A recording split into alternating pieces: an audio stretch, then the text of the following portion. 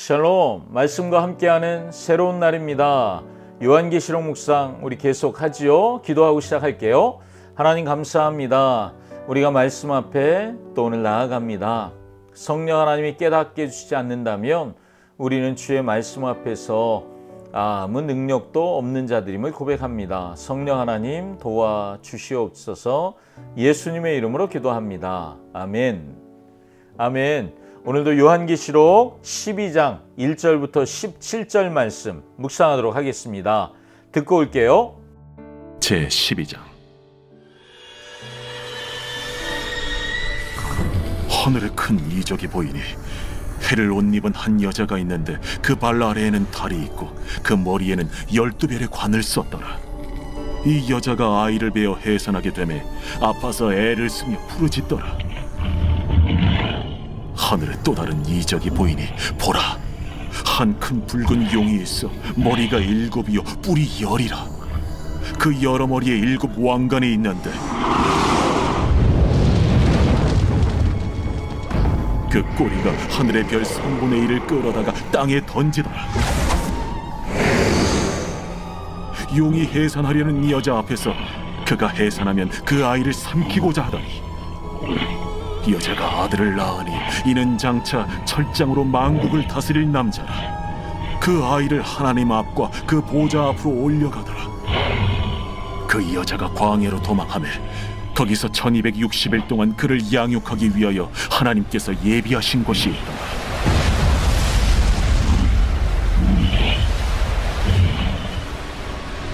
하늘에 전쟁이 있으니 미가엘과 그의 사자들이 용과 더불어 싸울세. 용과 그의 사자들도 싸우나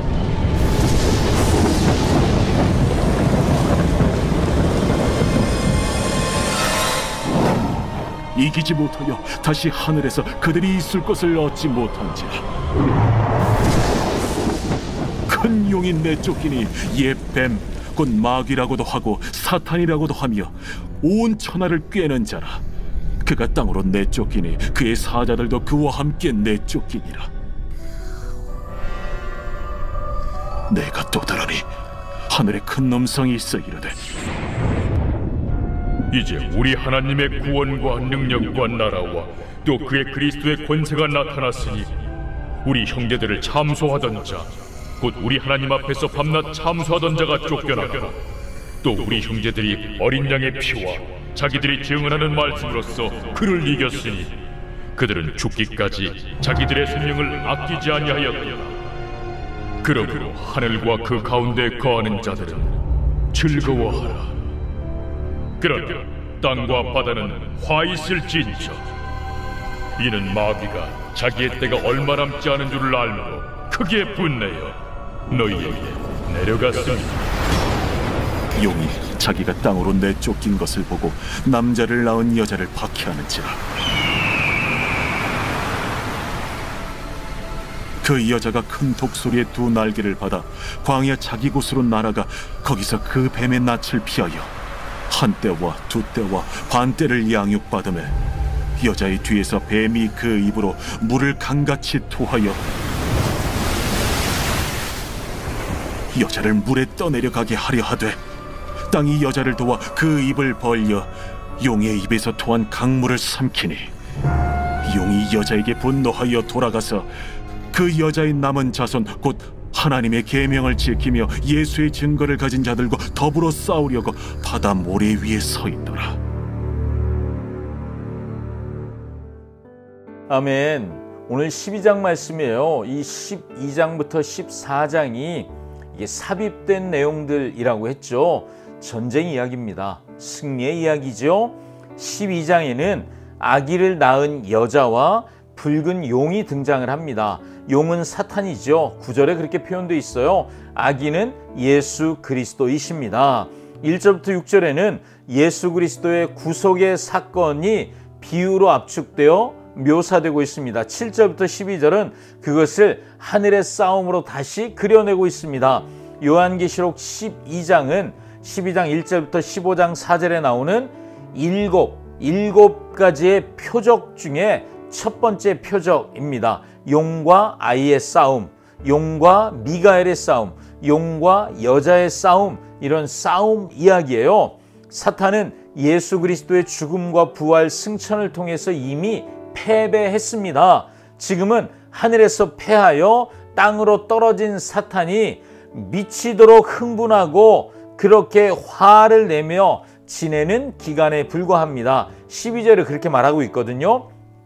요한계시록은 그 기간, 곧 예수 그리스도의 초림, 처음 오심과 재림, 다시 오심 사이의 기간을 대략 3년 반이라고 표현해요. 이걸 6절에서는 1260일이라고 표현하고요. 14절에서는 한때와 두때와 반때, 이게 3년 반을 의미하는 거예요. 근데 이 3년 반은 실제 3년 반이 아니라 상징적인 숫자를 의미하죠. 1절부터 6절은 땅에서 일어난 이야기예요. 한 여자가 해산과 진통과 괴로움을 통해 한 아기를 낳는데 용이 그 아기를 삼키려고 합니다. 그렇지만 하나님께서 그 아기를 보호하신다는 내용, 그것이죠. 아기는 예수 그리스도이십니다. 하나님이 아기를 보호하시고 하늘로 데려가심으로 용은 할 수 있는 게 없어요.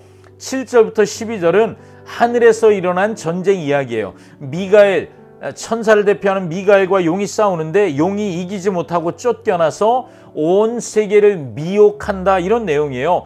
큰 용은 옛뱀인데 사탄을 말합니다. 그때 하늘에서 전쟁이 일어났습니다. 미가엘과 미가엘 천사들은 용과 맞서 싸웠습니다. 용과 용의 부하들이 싸웠지만 당해내지 못하고 하늘에서는 더 이상 그들이 발붙일 자리가 없었어요. 그래서 큰 용, 곧 옛뱀은 땅으로 내쫓겨 내려왔습니다. 그 큰 용을 악마라고도 하고 사탄이라고도 말하는데 온 세계를 미혹하던 자다, 이렇게 표현하고 있습니다. 그 용의 부하들도 함께 땅으로 내쫓겼습니다. 11절에 그래서 교회가 이기는 승리의 비결을 말해주고 있는데 11절 보세요. 어린 양의 피와 자기들의 증언하는 말로써 그를 이겼다. 이기는 비결이 뭐예요? 어린 양의 피, 예수 그리스도의 보혈, 그리고 자기들이 증언하는 말씀, 이미 들었던 복음을 전하는 그것이 이기는 비결이라는 거죠. 13절부터 17절은 예수님, 그 아들과 싸우려고 하다가 실패한 용이 이제 아이를 낳은 여자를 핍박하고 여자의 남은 자손과 싸우려고 준비하는 내용이 거기 담겨 있어요. 그 용은 자기가 땅으로 내쫓겼다는 사실을 알아요. 그리고 아이를 낳은 여자를 쫓아갔습니다. 근데 여자는 큰 독수리의 두 날개를 받아가지고 광야에 있는 자기 은신처로 날아갔어요. 거기서 뱀을 피해서 한때와 두때 그리고 반때, 아까 이것이 3년 반의 상징적인 의미라고 그랬죠. 돌봄을 받습니다. 땅이 입을 벌리고 큰 독수리가 날개를 펼쳐서 용이 여자를 해하는 것을 막아주죠. 12장은 이렇게 끝납니다. 자, 막는 것으로만 끝이 날까요? 13장이 기대되시죠? 내일 묵상을 기다려보시기 바라요. 우리가 오늘 묵상을 이렇게 두 가지를 한번 포인트 맞춰보시죠. 첫 번째는 우리의 영적 전쟁 가운데 하나님의 보호와 승리가 있음을 확신해야 합니다. 하나님은 우리 영적 전쟁의 진정한 승자이시고요. 또 모든 심판자가 되십니다. 그러므로 우리는 그리스도인들에게 따라오는 고난과 시련이 하나님께서 허락하시는 범위 안에서만 일어나는 것이고 하나님께서는 그분의 백성과 함께 하시며 확실히 우리를 보호하신다. 영적 전쟁이 심각해 보여도 우리는 이기고 보호받는다. 이 사실을 굳게 믿어야 합니다. 두 번째는 무엇을 붙들고 살 것인가? 복음을 붙들고 살아야 한다는 거예요. 사탄은 고소하는 자입니다. 여러분, 고소한다는 말은 사탄이 온갖 거짓말로 우리를 속여서 믿음에서 떨어지도록 말한다는 거예요. 사탄은 성도들을 거짓으로 고소합니다. 그것으로 성도들이 받아들이면 아, 내가 아무것도 할 수 없구나, 나는 무력한 자구나, 나는 이것밖에 안 되는구나 라고 스스로 생각하게 만들죠. 그래서 우리는 어린 양께서 흘리신 그 피의 의미를 분명히 알고 보혈의 능력을 알고 그분의 약속을 붙드는 자가 되어야 합니다. 그 믿음이 우리를 세상과 타협하지 않고 오직 믿음으로 승리하게 할 것이기 때문입니다. 아멘.